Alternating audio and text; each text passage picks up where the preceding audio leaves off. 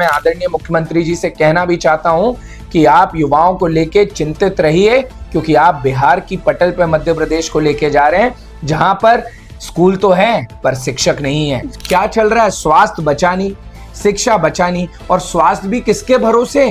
जो नर्सिंग में फर्जी तरीके से एनरोलमेंट्स हो रहे हैं, वो ट्रेनिंग कहाँ कर रहे हैं, प्रैक्टिस कहाँ कर रहे हैं, अस्पताल में उन्हें इंजेक्शंस लगा, मतलब मरीज को ठीक करने जाएंगे कि मरीज को खत्म करने जाएंगे।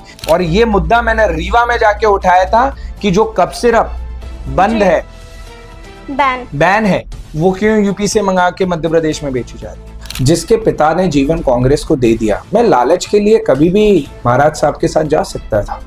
किसको अच्छा नहीं लगता है लालच इस दुनिया में? एक बरगद के नीचे अपने आप को छाया मिले, क्या बुरी बात है। लेकिन अपने पिता के सिद्धांतों को, कि आज उनके अधूरे काम को मुझे आगे बढ़ाना था, उस विचार धारणा को आगे बढ़ाना था जो वो छोड़ के गए थे, जो मेरे अंदर बो के गए थे। तो एक बेटे के नाते मेरा कर्तव्य है, जिस संस्कृति को मैं मानता हूं, कि एक पुत्र के नाते आपको अपने पिता के कार्य को आगे बढ़ाना चाहिए, और उन्हीं आगे कार्य को बढ़ाने का कार्य मैंने किया है। कौन से नए अस्पताल लेके आए? अगर आप वही पुराने अस्पताल को 1000 बेड का कर दो तो वो आपकी जरूरत थी शहर की, इसलिए वो करना पड़ा। पर उसमें नया क्या है? शहर में जमीनें हैं, आप पे विजन नहीं है कि वहां पर उद्योग लाया जाए और रोजगार लाया जाए। कि डिस्कशन टेबल पर ये नहीं हो रहा है कि ग्वालियर को चंडीगढ़ की तरह कैसे एडवांस बनाया जाए, कैसे स्मार्ट बनाया जाए, क्या क्या नई चीजें लाए जाए। और बात चल रही है रोड की, सड़क की, तो आप इससे सोचिए कि जो यहाँ के मंत्री तंत्री संतरी रहे हैं, उनकी वैचारिक सोच सिर्फ रोड सड़क पानी तक की, और जनता को भी वहीं तक लेके जाते हैं। गौ माता के रक्षक गौ माता के भक्षक बन चुके हैं। शिक्षा को लेकर आप लगातार सवाल उठाते हुए नजर आ रहे हैं। शिक्षा प्रणाली की बात हो, स्टूडेंट्स लगातार फेल होते हैं, शिवाजी विश्वविद्यालय हो या अन्य तरह के, लेकिन आज धरातल पर स्थिति वही की वही बनी हुई है। आप चाहे गली मोहल्ले में जो शासकीय स्कूल होते हैं, उनकी आज जर्जर हालत है। किस तरीके से आप इसको देखते हैं, और आगे 10 साल में आप इसके लिए किस तरीके से काम करेंगे? क्या इसका विजन रहने वाला है? देखिए, मैंने इस बात को और इस मुद्दे को हर समय, जब मैं प्रदेश अध्यक्ष बन के कार्य कर रहा था, मैंने हर समय इस बात को रखा भी है कि किस तरीके से कई अन्य जिलों के अंदर, पहली चीज भर्ती की प्रक्रिया को लेके मैंने लड़ाई लड़ी। मैंने ये लड़ाई लड़ी कि ये जो नौकरियां जो अभी तक कांस्टेबल की जो आपने 3-3 बार एग्जाम करा लिए हैं, ये अभी तक धरातल पे क्यों नहीं उन लोगों की भर्ती हुई है? कितना आपने फिजिकल के नाम से शोषण कर लिया। और सबसे बड़ी बात, मैंने ये लड़ाई भी लड़ी थी कि इनकी फीस निःशुल्क होनी चाहिए फॉर्म भरने की, क्योंकि आप उसके आधार पर अपना अकाउंट भर रहे हैं बार बार उन्हीं एग्जाम को निकालकर, पर उनको वो जगह नहीं मिल रही है। भला वो एसआई के एग्जाम थे, भला वो तहसीलदार के एग्जाम थे, भला वो पटवारी के एग्जाम थे। और सबसे बड़ी बात, जो पटवारी के एग्जाम में फर्जीवाड़ा हुआ, उसको लेके भी हमने आवाज उठाई थी कि किस तरीके से उस लड़ाई को हमने आगे बढ़ाया कि ये कैसे पास हुए एक ही इंस्टीट्यूट से। तो इसका मतलब आप शिक्षा में ऐसे घुस चुके हो कि आप उसके अंदर धांधली कर रहे हो, अपने लोगों को बना रहे हो, और जो काबिल लड़का है, जो काबिल परिवार से आता है, जो मेहनत करता है, उसकी मेहनत जीरो। और दूसरी बात, जब उसकी एज निकल जाती है उसके बाद आप एग्जाम करा रहे हैं, तो इसका मतलब आप युवाओं के भविष्य को बर्बाद कर चुके हैं मध्य प्रदेश में। और आज मध्य प्रदेश कोई गुरेज नहीं है मुझे कहने में, और मैं आदरणीय मुख्यमंत्री जी से कहना भी चाहता हूं कि आप युवाओं को लेके चिंतित रहिए, क्योंकि आप बिहार की पटल पे मध्य प्रदेश को लेके जा रहे हैं, जहां पर स्कूल तो है पर शिक्षक नहीं है, जहां पर स्कूल तो है पर इंफ्रास्ट्रक्चर नहीं है। तो सवाल यह है कि कौन से मध्य प्रदेश की नींव आप रखना चाह रहे हैं? सिर्फ जुमलेबाजी? पहले हमारे मामा जी थे, उन्होंने भी जुमलेबाजी कर करके एक ऐसा सपना दिखा दिया कि आज ना तो उनका कोई सपना पूर्ण करने का कार्य कोई कर रहा है, उन्होंने उस बात को वहीं के वहीं छोड़ दिया है। क्यों? क्योंकि नर्सिंग घोटाला दूसरा घोटाला जिसको लेके हमने घेराव किया। क्या चल रहा है? स्वास्थ्य बचानी, शिक्षा बचानी, और स्वास्थ्य भी किसके भरोसे? जो नर्सिंग में फर्जी तरीके से एनरोलमेंट्स हो रहे हैं, वो ट्रेनिंग कहाँ कर रहे हैं, प्रैक्टिस कहाँ कर रहे हैं, अस्पताल में उन्हें इंजेक्शंस लगा, मतलब मरीज को ठीक करने जाएंगे कि मरीज को खत्म करने जाएंगे? इस तरीके की प्रणाली तो मध्य प्रदेश के अंदर एट प्रेजेंट चल रही है। युवाओं की अगर बात करें तो आज के समय में नशे की जो हालत है वो दिन पे दिन बढ़ती जा रही है। नशा जो है इस तरीके से पैर पसार चुका है कि आज छोटे छोटे बच्चे जो हैं उनको भी नशा करते हुए हम लोग देख रहे हैं। गुजरात के लोग भोपाल में पाए गए ड्रग्स में, रतलाम में लोग ड्रग्स में पाए गए, आपका इंदौर में लोग ड्रग्स में पाए। इन सारे मुद्दों पे मैंने लड़ाई लड़ी है अपने कार्यकाल में और यही लोगों के सामने उजागर किया है कि इन्हीं के लोग काम कर रहे हैं ड्रग्स का। तो सवाल ये है कि जब वो बेरोजगार होंगे तो सहारा क्या बनेगा? जैसे उड़ता पंजाब था तो मैंने भी नारा दिया था उड़ता मध्य प्रदेश। क्यों बोला था?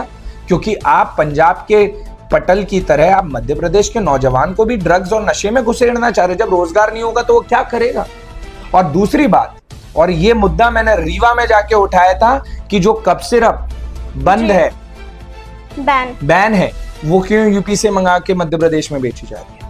तमाम ये मुद्दे हैं जिनको लेकर आप लगातार चर्चा कर रहे हैं, लेकिन क्या लगता है कि ग्वालियर जिस तरीके से विकास कर रहा है, जिस तरीके से ग्वालियर के जो नेता हैं वो विकास का बखान कर रहे हैं, आगे 10 साल में कुछ बदलाव देखने को मिल सकते हैं? आप ये बताइए, ग्वालियर में भाजपा 2003 से आई जी, इतने बड़े मंत्री रहे, इतने बड़े लोग आए जो केंद्रीय में भी रहे, जो प्रदेश में भी रहे, उनकी 3 योजनाएं जिन पे उन्होंने ग्वालियर को कोई सौगात दी हो, आप ये बता दीजिए कहां पर उन्होंने रोजगार दिया? कौन सी नई कंपनीज वो ग्वालियर के नौजवानों के लिए लेके आए? कौन से नए अस्पताल लेके आए? अगर आप वही पुराने अस्पताल को 1000 बेड का कर दो तो वो आपकी जरूरत थी शहर की, इसलिए वो करना पड़ा, पर उसमें नया क्या है? आप लोगों का नया मतलब ये होता है कि भोपाल की तरह वो एम्स की ब्रांच हमारे ग्वालियर में भी है। हमारा ग्वालियर सक्षम है उस चीज के लिए, और ऐसी कई जमीनें पड़ी हुई हैं जहां पर सबसे बड़ी जमीन मैं कहता हूं जेसी मिल की पड़ी हुई है, जहां पर खुद का एक आपका प्लेटफॉर्म है बिरला, जहां पर आप बहुत बड़ा उद्योग ला सकते हो। और मैं कहने में कोई गुरेज नहीं है, अंदर की बात है कि 2018 में जब 14 महीने के लिए सरकार आई थी, 16 महीने के लिए, तब उस जमीन को लेके कमलनाथ जी ने कार्य किया था कि ये जमीन आने वाले कॉल सेंटर, आईपीओ, आईटीज को देनी चाहिए, क्योंकि ये सबसे सिटी के सेंटर में, और उस पर काम भी किया था कलेक्टर द्वारा। लेकिन सरकार बदल गई तो इन पे विजन नहीं है। शहर में जमीनें हैं, आप पे विजन नहीं है कि वहां पर उद्योग लाया जाए और रोजगार लाया जाए। सिर्फ एक दूसरे पे आरोप और प्रत्यारोप करने का काम रह गया है कि आपकी कॉलर में कुछ गलत है, आपके कॉलर में कुछ गलत है, तो इल्जाम लगाने में व्यस्त है, कार्य करने में व्यस्त नहीं है। लगातार ग्वालियर में 2 बैक टू बैक मीटिंग्स हो चुकी हैं ग्वालियर के विकास को लेकर, लेकिन धरातल पर आज कुछ बदलाव जो है वो नजर नहीं आ रहे। किस तरीके से देखते हैं ग्वालियर के विकास को आप? मुझे ये समझ में नहीं आ रहा है कि प्रशासन इस चीज को गंभीरता से नहीं ले रहा है कि जहां मीटिंग हुई है वहां पर उस चीज की गंभीरता को गंभीर रूप से नहीं लिया गया। क्यों? क्योंकि अगर गंभीर रूप से लिया गया होता तो वो काम आपको जमीन पे देखने को मिलता, जो कि अभी तक हमें देखने को नहीं मिला है। और मैं तो खुद अपनी रोड की शिकायत को लेके कमिश्नर साहब के पास गया था, और मैं खुद गया इसी चक्कर में कि उसका भला हो जाए, क्योंकि पिछले 3 महीने से नहीं 8 महीने से वीवीआईपी रोड पूरी ग्वालियर की हुकड़ी हुई है, तो उन्होंने तत्काल उस पर एक्शन भी लिया। जी, ग्वालियर में जो नगर निगम की महापौर हैं वो लगातार कह रही हैं कि फंड की कमी है, और वहीं विपक्ष जो है वो ये कह रही है कि सरकार कांग्रेस की महापौर हैं। तो क्या लग रहा है कि पक्ष और विपक्ष की इस लड़ाई में कहीं ना कहीं आम जनता पिसती हुई नजर आ रही है? देखिए, बिल्कुल आम जनता पिस रही है, इसमें कोई गुरेज नहीं, और मैं कभी गलत बोलूंगा मैं नहीं। प्रयास हमारी महापौर जी का यही रहा है कि अधिक से अधिक काम हो। फिर बात वही आ जाती है कि सरकार उनकी है तो वो फंड के लिए परेशान करते हैं, क्योंकि एट लास्ट फंड तो आता है स्टेट से ही है, क्योंकि खुद से तो जनरेट होता नहीं है। जो स्टेट भेजती है वही वो लोग यूज करते हैं, तो वो उसकी एक प्रक्रिया है। पर हाँ, इसमें जनता बिल्कुल पिस रही है, क्योंकि जनता को जो अपेक्षा थी वो अपेक्षा पूर्ण उनकी नहीं हो पा रही। आप अपने आप को अगले 10 साल में किस विजन पर देखते हैं? क्या आपका विजन? देखिए, मैं बहुत आध्यात्मिक व्यक्ति हूँ और मैं नहीं जानता कि मैं आने वाले 10 साल में कहाँ होऊंगा, पर मेरा प्रयास है कि हर किसी का एक करियर होता है, वो सोचता है कि अधिक से अधिक ऊंचाइयों पे वो व्यक्ति अपने जीवन में पहुंचे।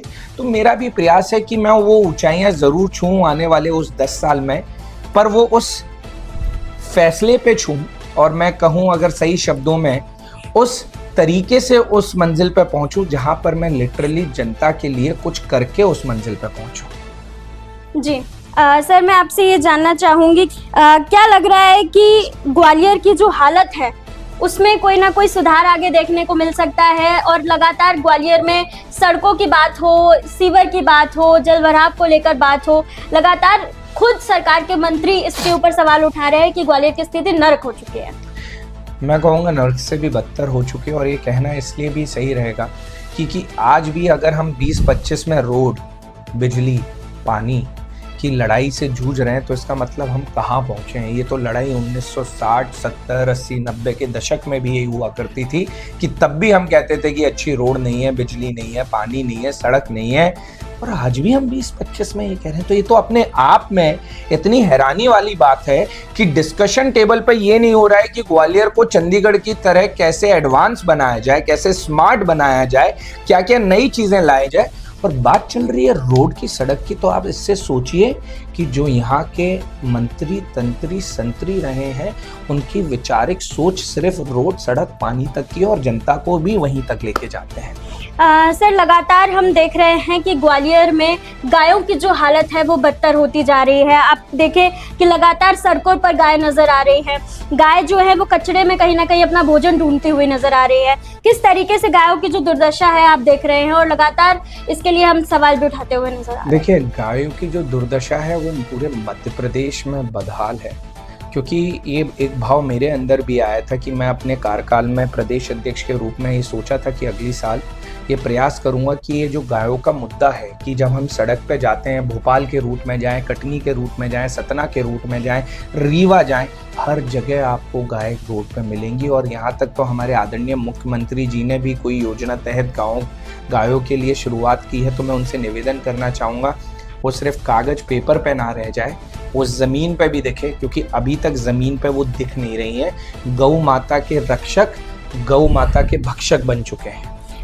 सर, लगातार आप इस तरह की जो मुद्दे हैं उठाते हुए नजर आए हैं। मैं चाहती हूं कि आप एक बार हमारे दर्शकों को बताएं कि आपके पसंदीदा नेता कौन है। देखिए, मेरे अगर आप पसंदीदा नेता की बात करें तो नेहरू जी मेरे बहुत पसंदीदा हैं, सरदार वल्लभ भाई पटेल बहुत पसंदीदा हैं, नेल्सन मंडेला बहुत पसंदीदा है, राहुल गांधी जी मुझे बहुत पसंदीदा है। ये वो लीडरशिप है जो समय के समय उभरी है, और इन्होंने ये बताया है कि सेवा करने के तरीके सिर्फ राजनीति एक माध्यम हो सकता है, पर और भी कई तरीके हैं जहां हम जनता की आवाज उठा सकते हैं। क्या हम आज ये कह सकते हैं कि हमारे जीवन न्यूज के स्टूडियो पे एक राष्ट्रीय अध्यक्ष बैठे हुए हैं? देखिए, ये कहना मेरे हिसाब से सही इसलिए नहीं हो सकता है क्योंकि ये तय पार्टी करती है, पर हाँ, मुझे पार्टी ने उस लायक समझा था तो मैं उस इंटरव्यू में गया ज़रूर था। आगे भविष्य में पार्टी तय करेगी कि मुझे क्या जिम्मेदारी देनी है और क्या करना है, पर मुझे इतना लायक समझा राहुल जी ने, यही मेरे लिए बड़ी बात है कि आज आदरणीय कृष्णा जी और उदय जी जो हमारे राष्ट्रीय अध्यक्ष हैं, उनके नेतृत्व में जो मुझे काम करने का मौका मिल रहा है, तो मैं समझता हूँ मैं पार्टी को कहीं ना कहीं जो सोच है राहुल जी की, उस चीज़ को मजबूत करते हुए आगे चीज़ों को ज़रूर बढ़ाऊंगा।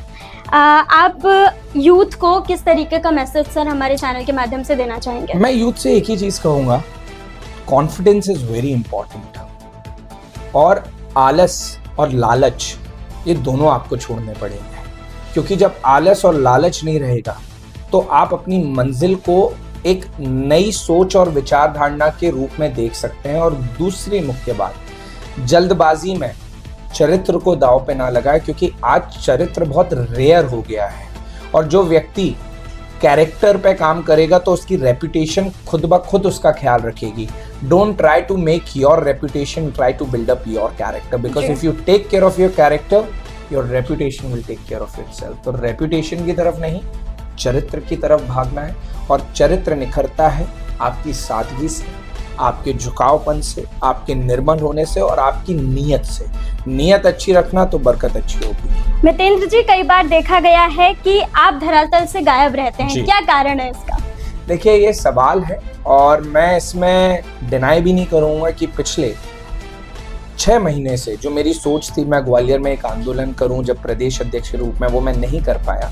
तो अब मुझे भी ये महसूस होने लगा है कि ग्वालियर को आवश्यकता है, और मुझे ज़मीन पे आके ग्वालियर को वो सौगात तो नहीं कह सकता, अभी मैं उस लायक नहीं हुआ, पर उस सौगात के लिए लड़ना ज़रूर चाहिए जो वादे भाजपा ने कर रखे हैं जनता के लिए, उनके लिए मुझे लड़ाई जरूर लड़नी चाहिए और वो आपको जल्द देखने को जरूर मिलेगी। जी धन्यवाद सर।